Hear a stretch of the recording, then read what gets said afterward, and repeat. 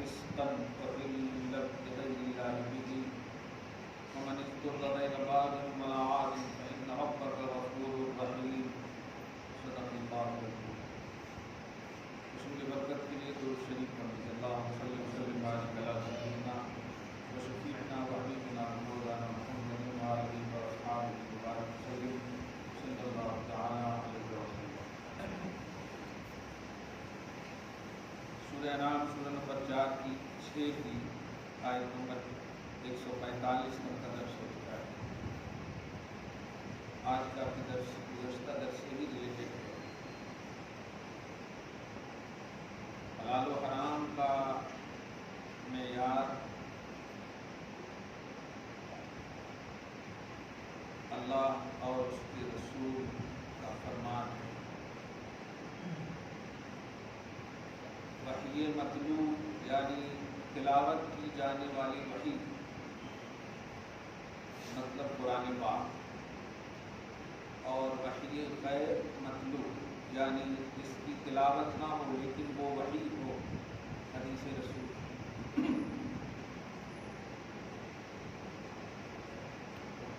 حلال و حرام کا معیار وحی متلو ہے یا وحی غیر متلو، قرآن ہے یا حدیث. اب ان دونوں میں نہ ملے، دو لفظ پر میں بات کروں. ایک ہے کسی شے کا کسی چیز کا ملنا، اور ایک ہے کسی شے کا ہونا. گھر میں آپ کی گھڑی گم ہو جائے، آپ کو نہ ملے، یہ غلط بات ہے. لیکن وہ ہو ہی نہیں اگر آپ کو نہ ملے تو یہ غلط ہے. کسی چیز کا ہونا اور ہے، کسی چیز کا ملنا اور ہے. ہونے کے لیے ملنا لازم نہیں ہے، لیکن ملنے کے لیے ہونا لازم ہے. ملنے کی عربی وجود ہے، ہونے کی عربی کاؤن، کاف واؤ نون، کاؤن. عالم میں کون بولتے ہیں کہ ہونے کوئی سے شے کن ہو جا.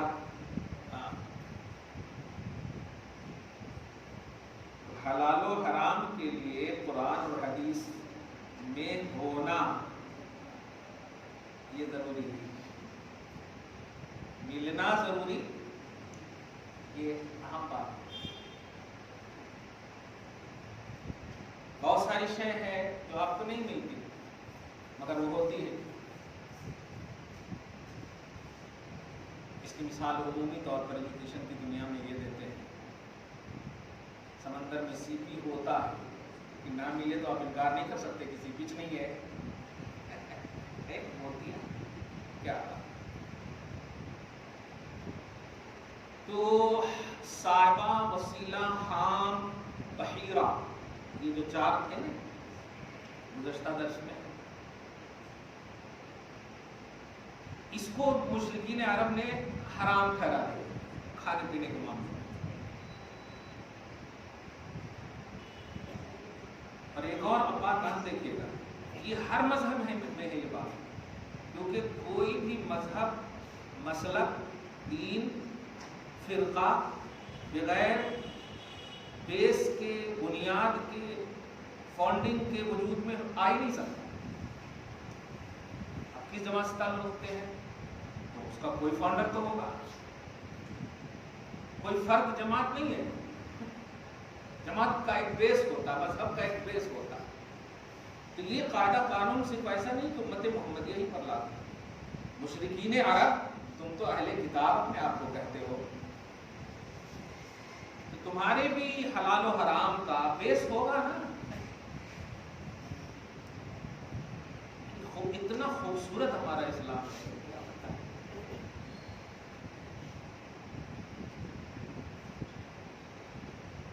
تھیوری بھی لاجواب، پریکٹیکل بھی لاجواب. جیسا سوال ویسا جواب، اور ایسا جواب کہ پھر وہ لاجواب.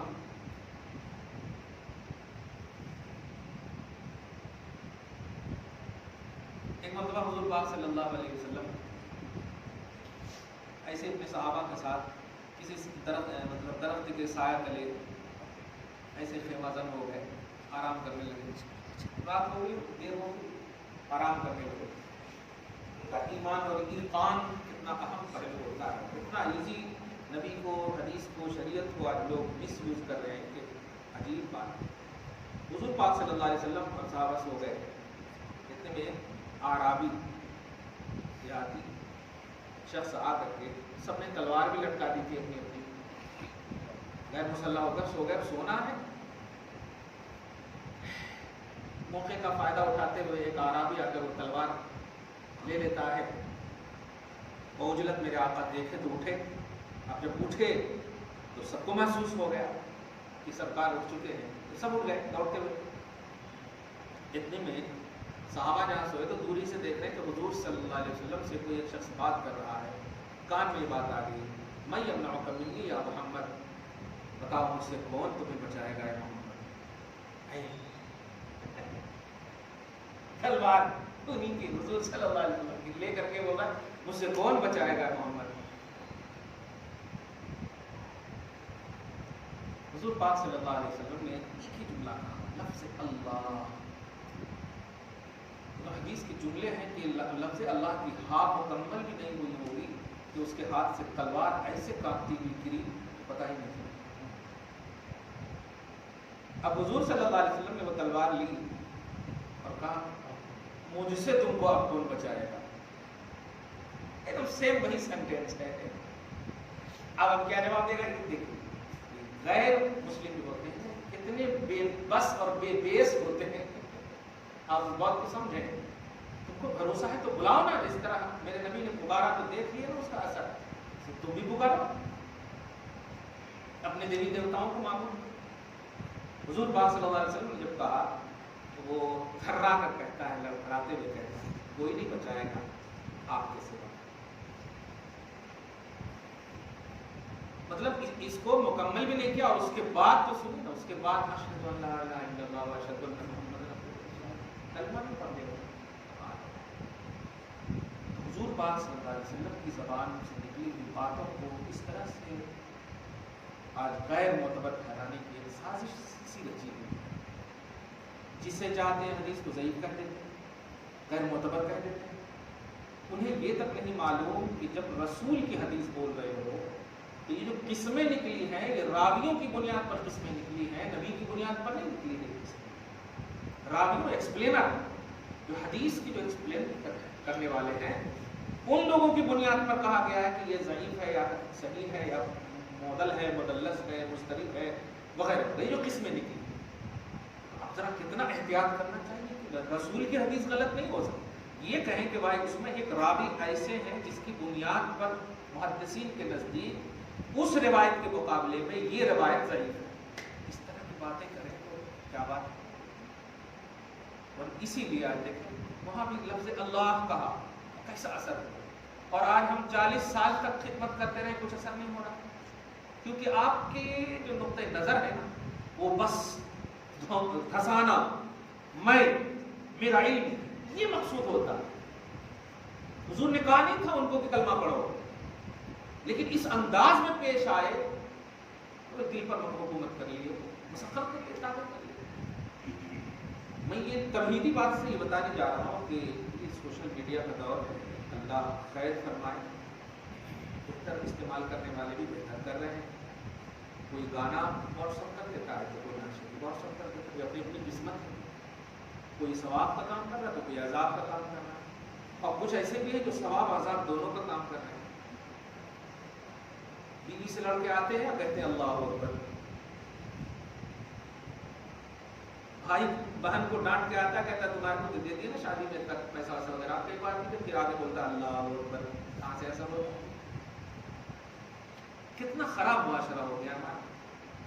تو ہم میں بھی ہے بہت سارے معاملات میں ایسی گڑبڑی نظر آ رہی، دیکھ رہے ہیں۔ پھر اب کس کو دکھاتے ہیں بھائی اچھا اچھا کپڑا پہن کے؟ آپ دل کو صاف ستھرا کر لیجیے، بند والے کپڑے بھی ہوں گے نا تو اللہ کو محبوب ہے۔ دل کی صفائی بہت ضروری ہے۔ منصب نبوت کو دل کی صفائی کا ایک عنوان دیا ہے، وَيُزَكِّيكُمْ، یہ رسول وہ ہیں جو تمہارے دل کا تصفیہ کریں گے. دل کا تصفیہ کرنا یہ نبی کی شان بنتا ہے. اور اہل ارادت کے نزدیک تو تزکیہ نفس سب سے اہم چیز ہے. مشائخ کے نزدیک تزکیہ نفس سب سے اہم چیز ہے. چاہے اس کے لیے اسٹیٹس کے حساب سے کتنا دن بھی لگ جائے, کسی کو 40 دن, کسی کو 40 سال بھی لگ جاتا, کسی کو پوری عمریں لگ جاتی ہے. تزکیہ نفس بڑی اہم بات ہے. اللہ آپ سب کے ہم سب کے سینہ کو کینوں سے بچائے, خصوصاً قرآن اور حدیث کے حوالے سے, شریعت کے حوالے سے. یہ تمہید کہہ کر کے میں پوری سوسائٹی کو ایک میسج دینا چاہتا ہوں کہ آپ ہم سب جس پر قائم ہیں الحمدللہ قائم رہیں. اللہ جو کہہ دے وہی شریعت ہے, رسول اللہ جو کہہ دیں وہی شریعت ہے. وہ چیز ہونے کی منزل میں ہے. اب آپ کو نہ ملے یہ آپ کا قصور تلاش ہے, لیکن آپ نہ پانے کو نہ ہونا نہیں کہہ سکتے. لیکن آج معاشرہ کا ایک طبقہ آپ دیکھیے کیا کہتے ہیں, قرآن میں نہیں ہے. یہ نہیں بولتے کہ میں نے نہیں پایا, میرے کو نہیں ملا, یہ نہیں بولتے.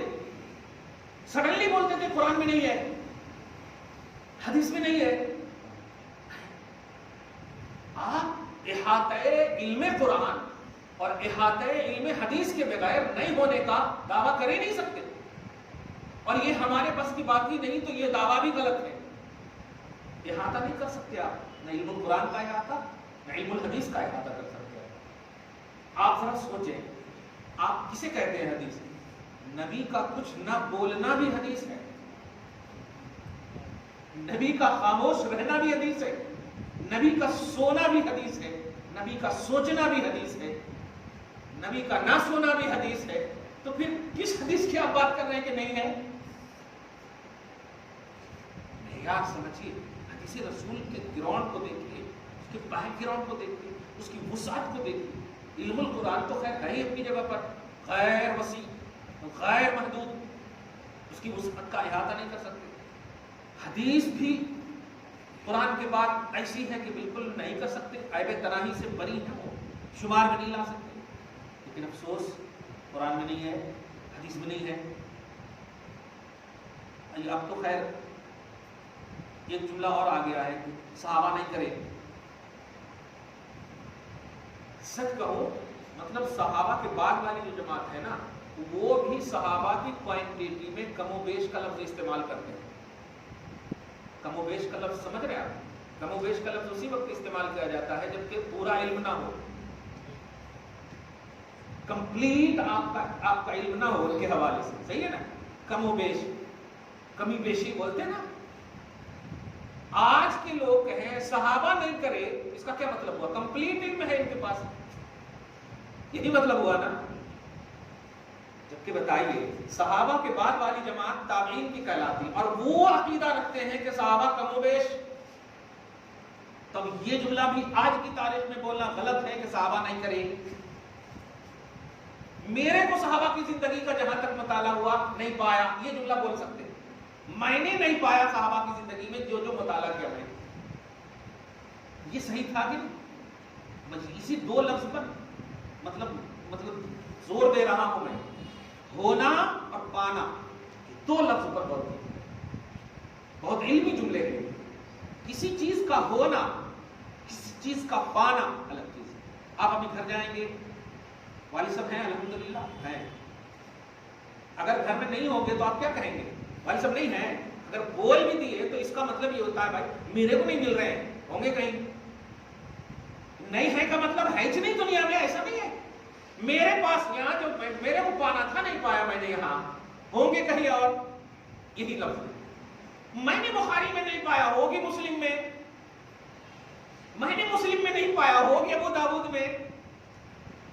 میں نے صحیح ستہ میں نہیں پایا, ہوگی کسی مسند میں. یہ جملہ اگر ہے تو بالکل صحیح ہے, لیکن کیا ایسا ہے ہم لوگوں کے پاس؟ حدیث میں نہیں ہے کہتے, حدیث میں نہیں ہے کہتے. پوری دنیا کی حدیث آپ کے پاس ہے. واو, میں نے نہیں پایا.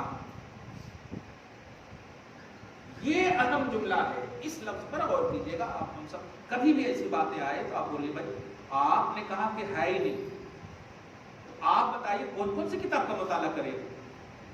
آپ کو وہ بتائیں گے یہ ہاں تو ہو سکتا ہے اس میں نہ ملے، حدیث کی کتاب تو بہت ہے اس میں ہوگی. کیا کمپلیٹ حدیث کا احاطہ ہو گیا؟ کمپلیٹ قرآن کے نہیں ہوگی. اب اسی بیس پر میں حلال و حرام کا اب معیار بتا رہا ہوں. پورے قرآن اٹھا لے آپ، الحمد کے الف سے لے کے والناس کی سین تک، کہیں پر بھی آپ کو نہیں ملے گا الفاتحۃ حرام. میں علمی بات پہلے کر چکا ہوں اور آپ جب سماجی بات کر رہا ہوں. پورے قرآن میں الفاتحۃ حرام، صائبہ، وسیلہ، بحیرہ، حام، یہ حرام کیا تھا ان لوگوں نے، حرام تھا نہیں. جملے پہ غور کر رہے ہیں نا؟ کیا تھا ان لوگوں نے، حرام تھا نہیں. حرام ہوتا تو قرآن پاک میں ہونا تھا، حرام ہوتا تو رسول پاک کے حدیث میں ہونا تھا. کلیئر بات ہے؟ تو اب میں کہہ رہا ہوں الفاتحۃ حرام. اب اس کی قسمیں ہیں 11ویں 12ویں 13 10واں 20واں برسی، جتنی بھی چیزیں آپ، وہ اس کی قسمیں، اس کی شاخیں. یوں سمجھیے ایک درخت ہے فاتحہ، اب درخت کی وہ سب شاخ ہے. تو میں لفظ الفاتحۃ حرام پورے قرآن میں آپ ڈھونڈ لیجیے، کہیں پر بھی نہیں ملے گا آپ کو. جملے پہ غور کیجیے گا. آپ جمعہ میں بھی ایک دعا مجھ سے سن رہے ہوں گے اور اس دعا کے فوراً بعد میں بولتا ہوں الفاتحہ. آپ دیکھ رہے ہوں ربنا افتح بیننا وبین قومنا بالحق وانت خیر الفاتحین. تو بہترین فاتحہ والا ہے. خیر الفاتحین کا مطلب کیا ہوا؟ جانتے ہیں سورہ فاتحہ کو فاتحہ کیوں کہتے ہیں؟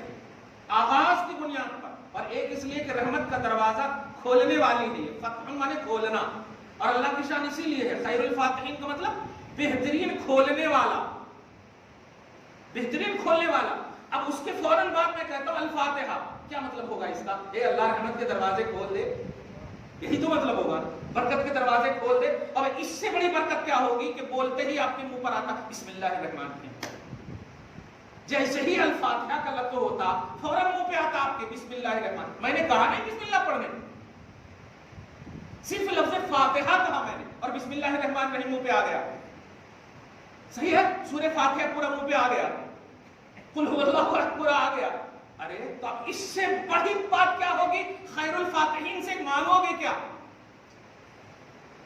شان جب ہم آپ یوں سمجھیے کہ ہم کو آلو کی ضرورت ہے تو ہم آلو ہی مانگیں گے، عطر کی ضرورت ہے تو عطر ہی مانگیں گے نا. اے عطر والے عطر دیجیے، اے سبزی والے سبزی دیجیے. جملے پہ غور کیجیے. یعنی جو چیز سامنے ہوتی، جس چیز کی ضرورت ہوتی اسی حساب سے اس سے مانگا جاتا. اللہ سے کہیں گے کہ میرے رحمت کے دروازے کھول دے تو کیا کہیں گے؟ اے رحمت کے دروازے کھولنے والے. اب وہاں یہ تو نہیں کہہ سکتے اے غفار رحمت کے دروازے کھول دے، نہیں. غفار بولیں گے تو اے مغفرت. اے رحم کرنے والے تو کہیں گے یا رحمان. اے برکت دینے والے تو کہیں گے یا ذو البرکت. صحیح ہے؟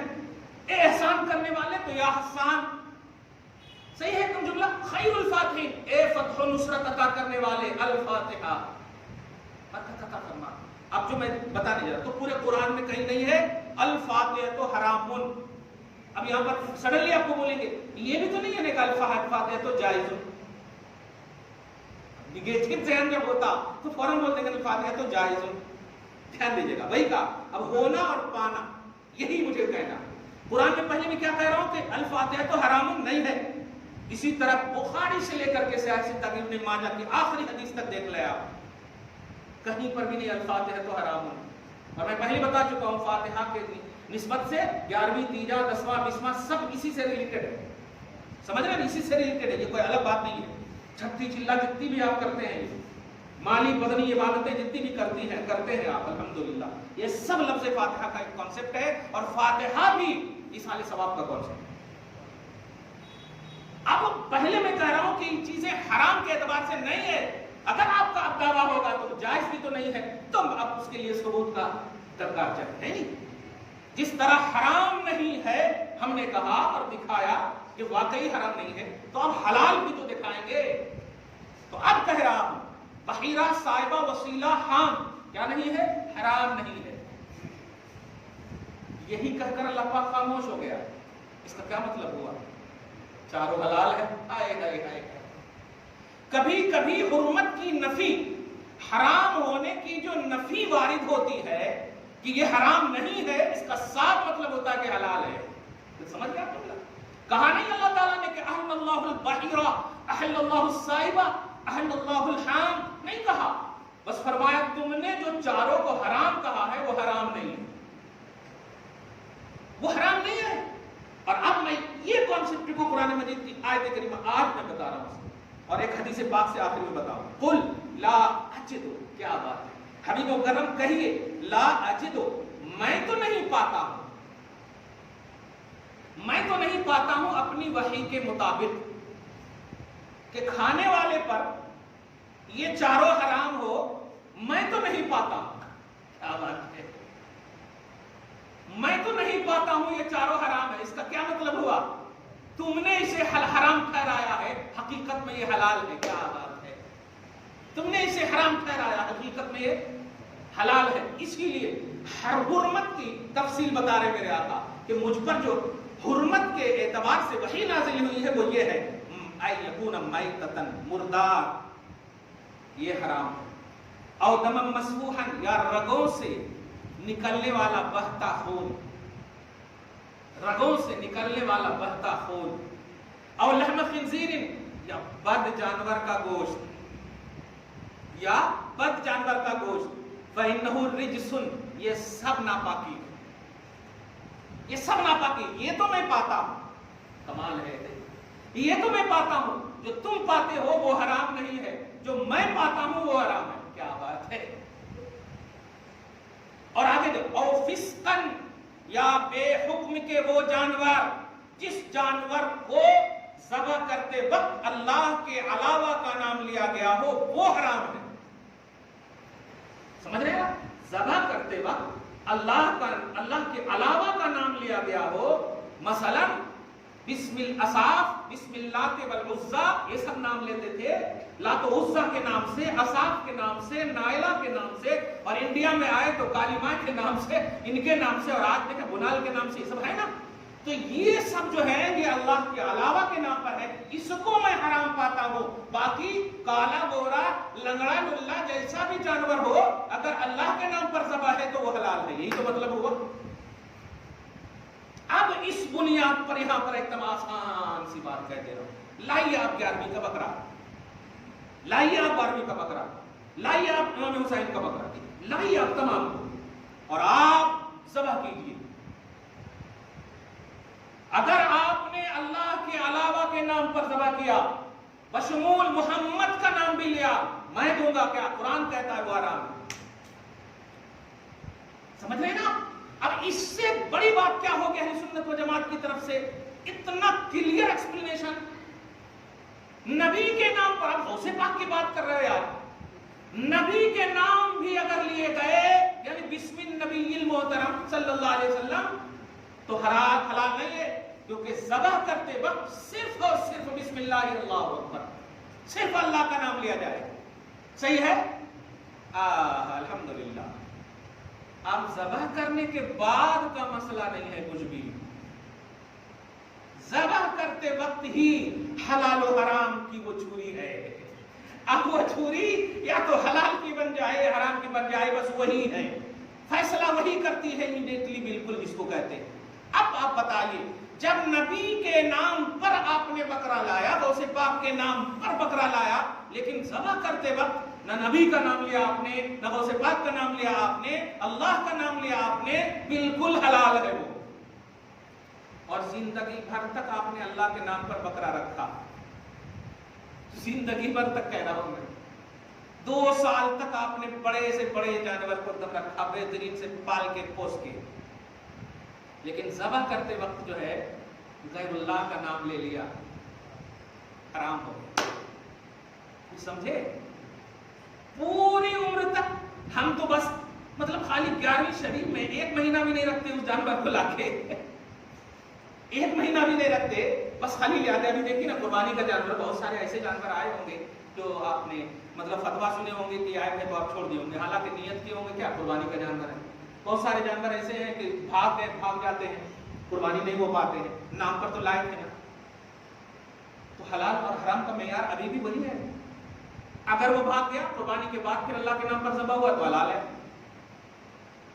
اور غیر اللہ کے نام پر ہوا اگرچہ آپ نے قربانی کا نام لے لیا تھا، اس پر نام لینے سے نہیں ہوتا، ذبح کرنے سے ہوتا ہے۔ سمجھ گیا؟ تو ایسے ہی جتنے بھی جانور، اصل میں یہ بیس بتا رہا ہوں، ایک کتاب ہے جس کتاب کا نام غالباً تقویۃ الایمان ہے، یا کوئی ایسی کتاب ہے جس کتاب میں نہیں صرف نام لے لیں گے جانور پر، ذبح کا کچھ لحاظ نہیں، ایسا کیسے ہوتا ہے؟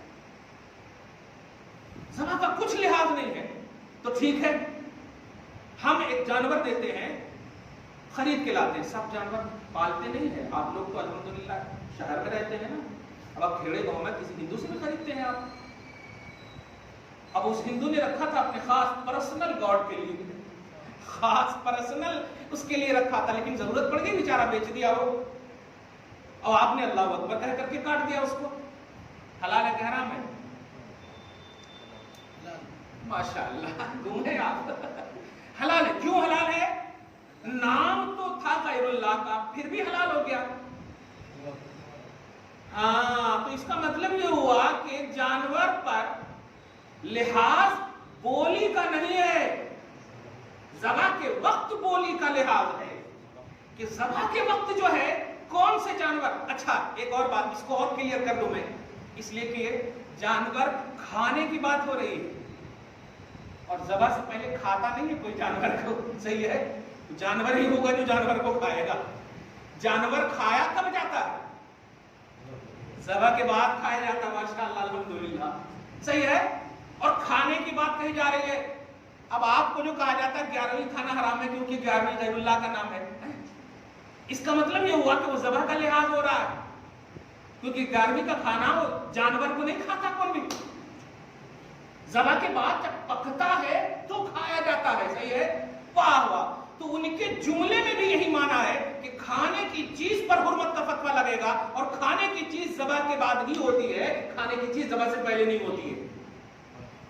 تو یہ توضیح جو ذبح کی ہو رہی ہے اسلامی نقطہ نظر سے، یہ ان کے کہنے کے مطابق بھی ہے، کیونکہ آپ جو 11ویں ہو یا 12ویں ہو یا فاتحہ جس کی بھی چیز، وہ کھانے کے اعتبار سے بول رہے ہیں، کیا ہے فاتحہ کی چیز ہے تو کھانے کی چیز ہے، کوئی جانور کو نہیں بولتا فاتحہ کی چیز ہے، فاتحہ کا جانور ہے بول سکتا، وہ زبانی جملے ہیں، جیسے ہندو لوگ بھی بول دیتے ہیں اپنے دیوی دیوتاؤں کے نام، میں نے ان کو رکھا ہے ان کے نام پر، جیسے آپ لوگ بھی بول دیتے ہیں ولیمہ کے نام پہ رکھا ہے بکرا، بولتے ہیں کہ نہیں؟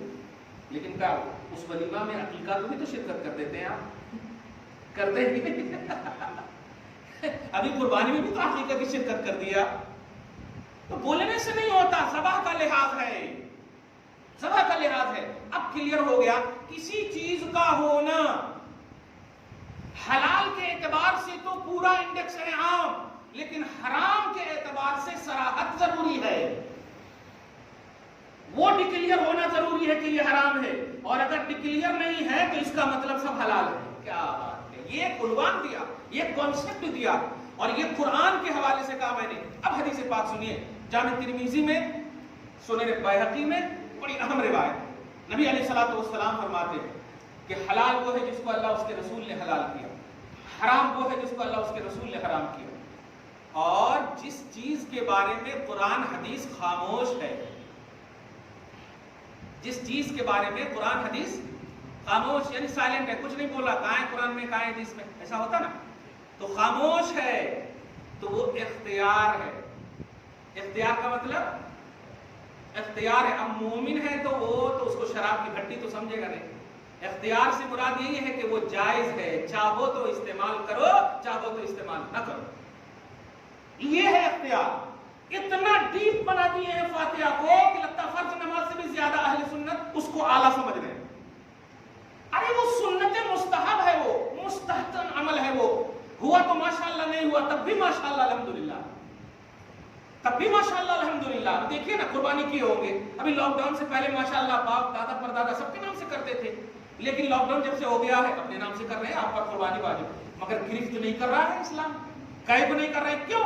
فیسلٹی نہیں ہے۔ یہی تعلق ہے فاتحہ کا، یہی تعلق ہے 11ویں وغیرہ دیگر چیزوں کا، کشادگی ہو، فیسلٹی ہو، اپنے مرحومین کو یاد کرو، اپنے اصلوں کو یاد کرو، اور نہیں ہو تو جو ہے اسی میں یاد کرو، ہاتھ اٹھا کر یاد کرو، اللہ ان کو بخش دے، ان کی دعا ہمارے حق میں قبول فرما، صحیح ہے؟ تو فاتحہ نظر نیاز کی جتنی بھی چیزیں کھانے پینے کی ہیں، یہ سب کا کانسیپٹ قرآن و حدیث کی برکتیں ہیں، قرآن و حدیث سے لینا ہے، جو ایصال ثواب کہلاتا ہے، اور ایصال ثواب کا قرآنی کانسیپٹ ہے اللہ کے رسول صلی اللہ علیہ وسلم کی زندگی میں بھی، صحابہ کی زندگی میں بھی، اور تمام اس کے بعد اسلاف کی زندگی میں بھی۔ نبی علیہ الصلوۃ والسلام نے کون ہے جو وقف کرے گا؟ عثمان نے وقف کیا، صحیح ہے، مشہور ہے۔ کیا مطلب ہے اس کا؟ عثمان کرو گے تم، ثواب ملے گا تمہاری نسلوں کو بھی، تم کو بھی، صحیح ہے۔ اسی طرح آپ دیکھیں حضرت عبادہ، حضرت سعد کو نبی صلی اللہ علیہ وسلم نے کہا تھا نا، جب عرض کیا یا رسول اللہ میری والدہ کا انتقال ہو، میں چاہتا ہوں کہ والدہ کی طرف سے کچھ کار خیر کرو جن کو ثواب ملے، ان کو کیا کہنا؟ تو آقا علیہ الصلوۃ والسلام نے فرمایا سب سے بہترین ایصال ثواب کی چیز ہوگی کنواں کھدوا دو۔ کیا بات ہے، جتنے لوگ بھی پانی پیئیں گے۔ اچھا یہی بات نہیں ہے، حضرت سعد نے کنواں کھدوا کر ایک کتبہ بھی لکھا تھا، ایک کتبہ بھی لکھا تھا، کہا تھا ھذہ لأم سعد، یہ سعد کی ماں کا کنواں ہے۔ کیا بات ہے، ھذہ لأم سعد۔ یہی تو ہم بھی فاتحہ میں بولتے ہیں نا یار، یا اللہ جو کچھ ہے قبول فرما، اور یہ خاص طور سے غوث پاک کی روح کو پہنچا۔ دیکھا آپ نے، یہی بولتے ہیں نا، جو ماں حضر ہے اس کا ثواب غوث پاک کی روح کو پہنچا، ان کے صدقے میں ہمارے مرحومین کو پہنچا۔ تو یہ کا لفظ بھی حدیث سے مل رہا ہے، خاص کا لفظ بھی حدیث سے مل رہا ہے۔ یہ سب کس لیے رسول اللہ صلی اللہ علیہ وسلم نے کیا؟ یہ ہے ایصال ثواب۔ اب آپ ان کو نیا نیا نام دے دیں، جیسے حضور کے زمانے میں قادری نہیں، حضور کے زمانے میں سہروردی نہیں، چشتی نہیں، لیکن اب اس کو بھی حرام بدعت کہہ دیں گے، یہ کیسی بات ہے؟ بدعت حرام، یہ سب کا کانسیپٹ قرآنی ہے۔ اگر قرآن میں صراحتاً نہیں ہے اور تعامل ناس ہے، مومنین کا اس پر عمل ہے، تو وہ جائز ہے، حلال ہے۔ سمجھ رہے ہیں، جائز ہے، وہ حلال ہے۔ یہ ایسے ہی ہے جیسے کہ کلیئر ایک بات کہوں، سوجن کی پھلی عرب میں نہیں ملتی لیکن آپ کھاتے ہیں، کہہ دیجئے ذرا حرام ہے، قرآن میں نہیں، حدیث میں نہیں، عمل صحابہ میں نہیں، حضور نے نہیں کھایا، کہیں گے حرام؟ نہیں کہیں گے، کیوں؟ تعامل مومنین ہے، ہمارے یہاں ہوتی ہے۔ تو ایسے ہی ٹھیک ہے، صحابہ کے زمانے میں اس طرح کے دسترخوان کے آدمی کی کیسے بیچتے؟ اور سے بات تو 500 برس کے بعد ہے، 500 برس کے بعد ہے، کہاں سے بیچتے اور نہیں بیچے؟ تو ایک بیس دیا کہ جو حرام ہے اس کا انڈیکس تو میں کلیئر کرتے رہا ہوں، لیکن جو جائز کا جو کانسیپٹ ہے وہ مومنین کے تعامل ہے، کیونکہ ہر چیز ہر جگہ نہیں ملتی۔ عرب کی شریعت ہے، پھیلی دنیا میں ہے، پھیلی دنیا میں ہے، بیس دیا شریعت کا، معیار دیا حلال و حرام کا، قرآن و حدیث، اور قرآن و حدیث میں حرام کی حرمت کو بتا دیا، کیونکہ حلال کی جو وسعت ہے یہ بہت ہے، حلال کی وسعت بہت ہے، ہر جگہ آب زمزم نہیں ہے، لیکن جہاں پانی پینے کا ہے وہ حلال ہی ہے، جہاں پینے کا ہے وہ حلال ہی ہے۔ اب عرب میں رہیں گے تو ٹھیک ہے، پیئیں گے الحمدللہ، وہی ہے ہمارے لیے۔ اب کہیں نہیں یہ پینا حلال ہے، ایسا کیسے ہوتا؟ دعا ہے اللہ تعالیٰ آپ کو شاد رکھے، آباد رکھے، ہم سب کو ایک بنائے، نیک بنائے، اخلاص کے ساتھ جینا نصیب فرمائے، ہم سب کی دعاؤں کو شرف قبولیت سے مشرف فرمائے، نسلوں کی بخشش فرمائے، نسلوں کی حفاظت فرمائے۔ وصلی اللہ تعالیٰ علی خیر خلق محمد و آلہ و اصحابہ اجمعین برحمتک یا ارحم الراحمین۔